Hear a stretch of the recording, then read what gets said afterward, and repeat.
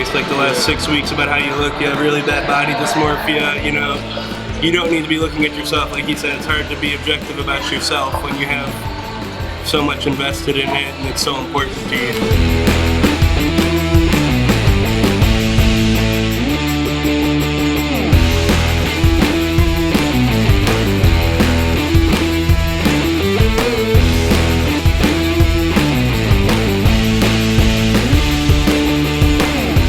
We're here at Fox Fitness in Fort Worth, Texas.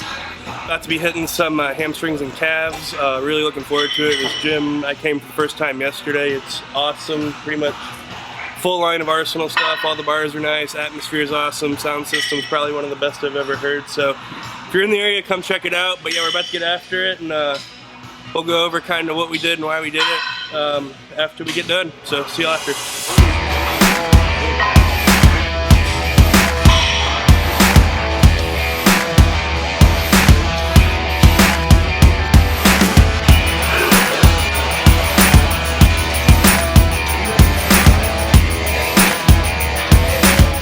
Started antibiotics yesterday, so it's always fun to train through, but whatever, it's not too bad. At least it's not winter and cold.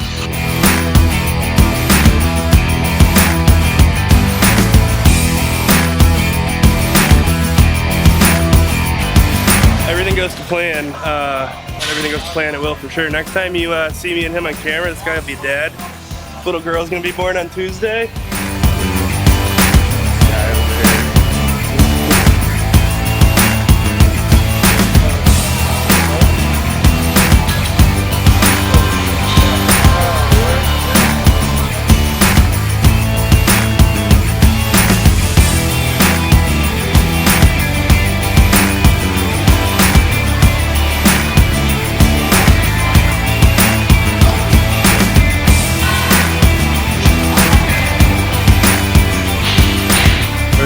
Inside of 8 weeks now at this point. What do you look for whenever you decide to like feed us something off plan? Yeah, we cut Hunter's carbs pretty drastic on Monday, and then how long is Monday? it? Monday, 4 days. So we cut it 4 days. And he finally added cardio in. Yeah, last week was the first time I'd done cardio this entire prep. Yeah, about 25 minutes, 5 times a week. Just walking. Just a low intensity cardio. And with Hunter, he just needs a lot of food just to stay full. Well, he doesn't need a lot of food to stay full. He stays round and full at the same time. We've been going low for a couple days, so I feel like it's time for him to get like a repeat. Killed shoulders and hamstrings. Yeah, we killed shoulders and hamstrings. And he's got feathered quads. He's just getting tighter. His back's getting tighter. I see that his glutes are getting tighter. That's what I mainly look at on him, is his quads and his glutes and hamstrings. His backside mainly. As long as it's getting tighter and harder, that's when I think he needs a refeed to reboost his metabolism, to keep it going again. And then I think a couple days after this refeed, he'll be a lot tighter. About 2 days after, he'll probably wake up. He's going to be telling me that he's hungry, and I'm going to tell him to suck it up. No, I'm just kidding. But that's usually how it goes. No, we're inside 8 weeks, man. If you had 8 ounces of dog shit, I'm going to put that big dog shit at this point. When we dropped his carbs, we dropped it probably about, I would say, we were north of 600 until Monday. Yeah, we dropped about 150 grams since Monday. We dropped, and he's only probably dropped like 2 pounds. So that's how you know. I think I could push him a little harder these coming weeks. 246 fasted this morning. Yeah.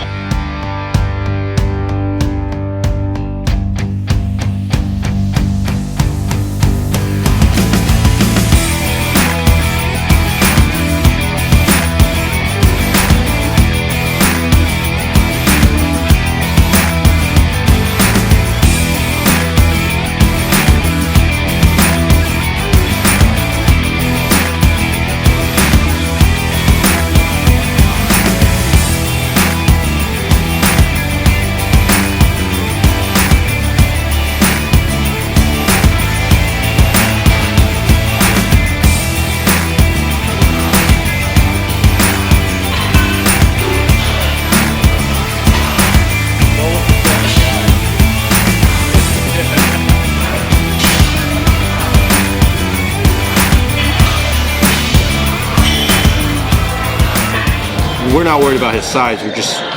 we're gonna bring him in pretty peeled. It's definitely something, you know, like for the first time ever, I was talking about with my dad actually about it, like recently, is for the first time ever, I'm not worried about being big enough, because I do have all the size that I need. It's just if I come in with it peeled, at this point I feel I'll be pretty hard to beat, so that's the name of the game right now, just getting nasty peeled. I haven't seen Hunter since September. It's March now, so when I saw him yesterday, I was like, wow. You're a lot bigger in person, because the pictures, they don't do him justice. It's just like when he's just standing there, he's just so round, big and full. He's stroking me on camera. Yeah, it's just no, it's just wacky. It's just,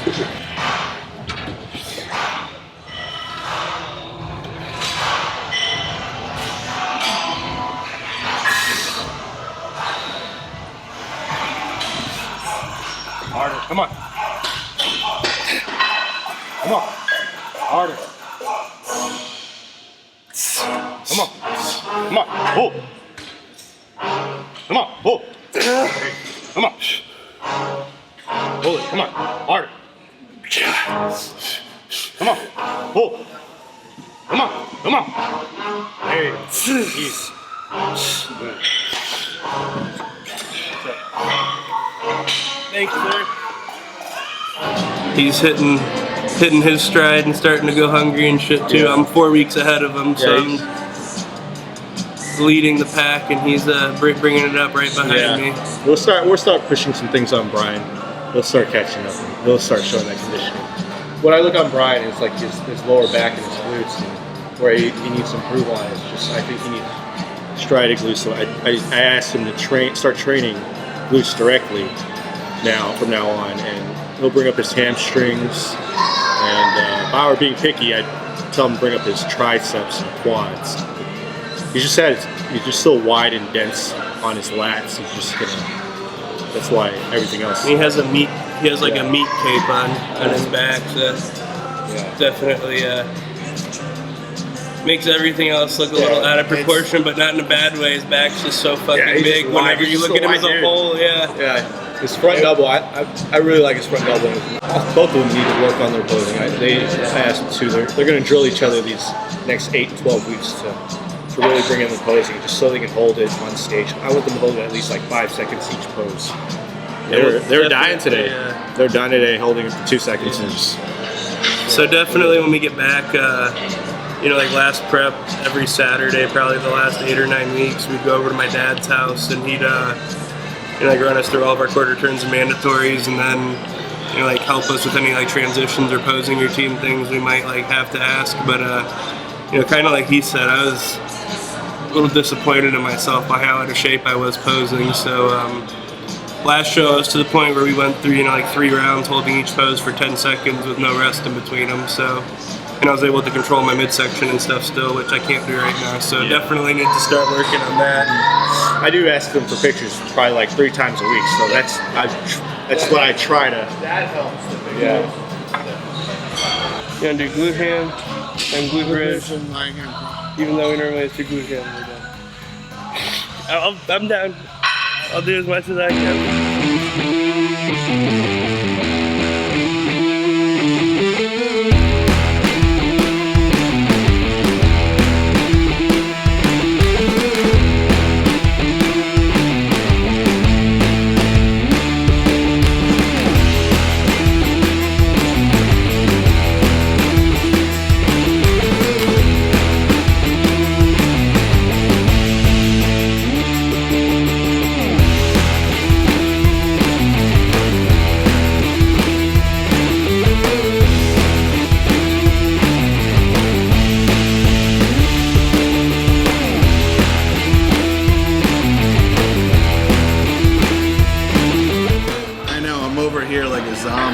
Watching them talk. Ready to eat. Basically, yeah. This is what Brian has to say. If you like flipped his thoughts on to like be out loud, he's like, damn it, I want some tuna. Yeah. Where's the white rice at? I wish these guys would stop talking so our waiter would come over and we could actually order. I'm 12 weeks out. Oh, it's right there. I'm happy where I'm at 12 weeks out, but I definitely want to be much better.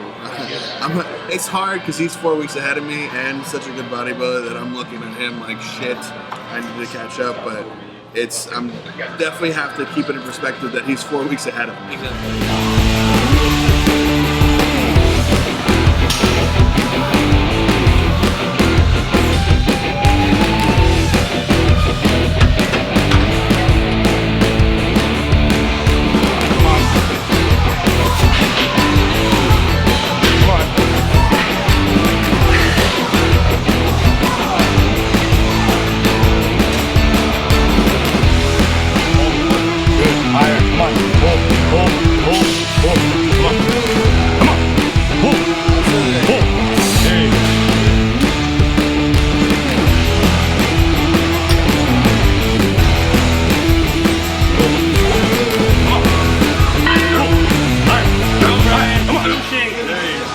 Sushi.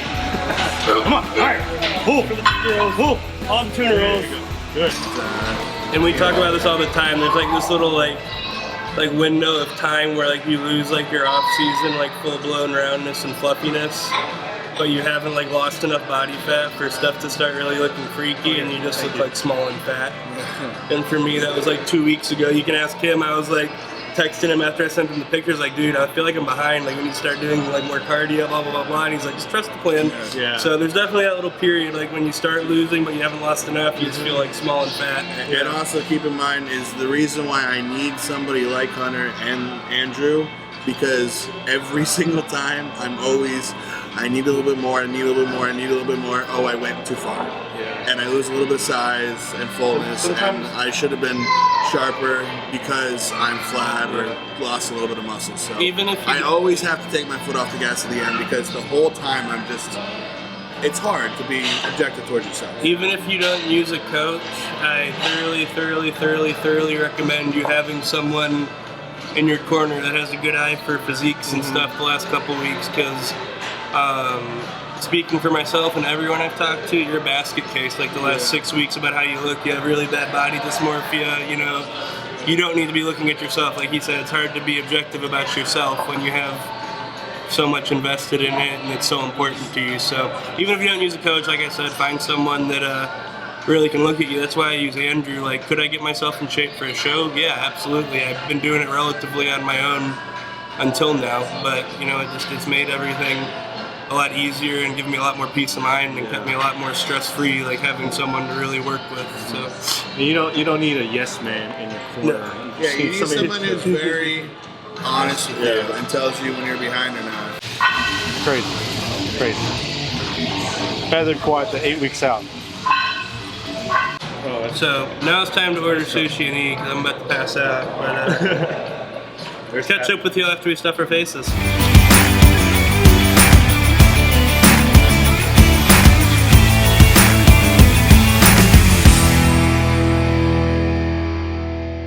Okay.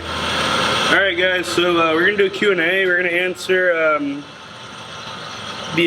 not gonna say better questions because I don't want anyone to think they had a bad question, but the questions that we feel like will be able to appeal to the broadest audience. That was like the most politically correct bullshit answer ever, right? But anyways, we're gonna answer the questions that we want to answer, to put it bluntly, from episodes 5 and 6. So go off episode 6's questions right now. Low versus high volume training. I've been watching the series for a while now. I think you know we do pretty low volume training, honestly. None of the workouts we ever do more than 10 working sets. Most of the workouts, if I had to really say, we do between 6 and 8, like actual like working sets to failure. Yeah. So very low volume, but very intense. Kind of like, I guess, like a couple notches back from what Dorian used to do is a good way to describe it, I guess. Because we're not as good as Dorian. Yeah, not yet. So we haven't reached that point, but we try. So that's what I have to say about low versus high volume training. Next questions. Are you going to be attending any MPC shows this year? Him and I will both be at as many of the ones in Houston and around Houston as we can be. He'll be at Junior USA's with me. I'll be at Junior Nationals with him. We'll both be at definitely your probably show. USA's and Nationals, honestly. We'll definitely be at the Labrada Classic, and then Probably the Europa and Dallas. Like I said, most of the Houston and Dallas shows will end up being there at, whether we have clients or we're just going there to show face. We won't be at the Europa because Junior Nationals. Yeah, and we just won't kidding. Be at USA because your dad's show. Just kidding. Never mind. No USAs or Europa this year. But yeah, so those are the shows probably be at. What are some tips that you can offer to get capped shoulders? Okay, so just like you can't like work like your lower chest into being like bigger, you can't work like your shoulder cap. There's no such thing as working your shoulder cap. There's such a thing as working your medial deltoid to the point where you've added so much tissue it's bulging, but like it's not that real super duper round cap is more of a genetic thing and a muscular shape thing when combined with enough mass. So obviously you have no mass, you're not gonna have a capped shoulder, but you can have really, really, really huge shoulders and a ton of mass and them still not have that pretty round shape. That's more of a genetic thing. So that's that. You doing any guest posings this year? I am going to be guest posing at the Southeast Texas Championships, which is 2 weeks out from my show, so that'll be a good preview of what I'll be bringing to the stage. If you're in Texas, in the Beaumont area, around there, come on, drive out. It's a great show. Leia and Doc put on first-class show. It's an awesome theater, so I'm glad to be a part of it again. It was actually my first guest posing that I ever did last year, so excited to be back for another year. So that was all the questions from episode 6 that we wanted to answer. So this is from episode 5. First question: what exercises are mass builders for back? Deadlifts, barbell rows, pull-ups. Those are my favorite ones, and pretty much the ones you should stick to. We've been doing a lot more one-arm stuff lately, but if you stick to pull-ups, deadlifts, and barbell rows, you're going to grow a really good back. Is milk a good protein source? No, not really. It's got too much lactose in it, and it upsets a lot of people's stomachs. And you know, I guess whey isolate is made from milk, but that's not what you're asking. Good whey isolate should be lactose free. Yeah. And then milk, if you're eating it fat free, obviously you're still dealing with all the lactose, like he said. And then if you're eating it, drinking like whole milk, like there's much better sources to be getting your fat from than that. So all around, not that great of a source. And it's like, it'll like bother a lot of people's like mucus production and stuff too. Like it's just not, your body doesn't like dairy, put it like that. Where can I get that Dream Killer shirt? I bought it from it's Phil Heath's. I bought it from Gifted Athletics. Yeah, Gifted Athletics, his website. No, we are not brothers. He's my best friend though, but we are not Brother brothers. from another mother. When do we cut out creatine? I don't really use creatine ever, but you don't really need to cut it out. So it all really depends. Yeah, I don't take standalone creatine either. That being said, the supercharge that we take has 3 grams of creatine in it, so we do get that. But honestly, I don't drop it out. Yeah. You know, it's one of those things I think people blow out of proportion. Like, oh, creatine makes you hold water. Like, no, it doesn't. It saturates your muscles with carnosine. But anyway, so keep on going. Do you reduce or stop using simple carbs in your pre-workout or intra-workout drinks at some point as well? That depends. Sometimes no, sometimes yes. Sometimes I'll cut it out, you know, most of the week. And then if I'm a little bit ahead, like today, I had 2 muffins pre-workout. So it depends is the question for that. Definitely. But not really. We'll drink branch chains and stuff intra-workout all the way through. But as far as, you know, like slamming a bunch of carbolin like while we train and stuff, that typically kind of goes away during contest prep. It's much more of a what Andrew tells us to do that day based off the pictures that we sent him kind of thing. Yeah. And that was all the really good questions. Long story short, that was all the good questions. That was all the good questions. All right, guys. So that was all the good questions from episodes 5 and 6. Be sure to leave your questions in the comments of this episode. Like I said, we'll do another like Q&A section in like 2 or 3 episodes from now. So take the best questions from like 2 or 3 episodes and then answer them and talk about them. So yeah, hope y'all enjoyed this episode, and we will catch up with y'all soon.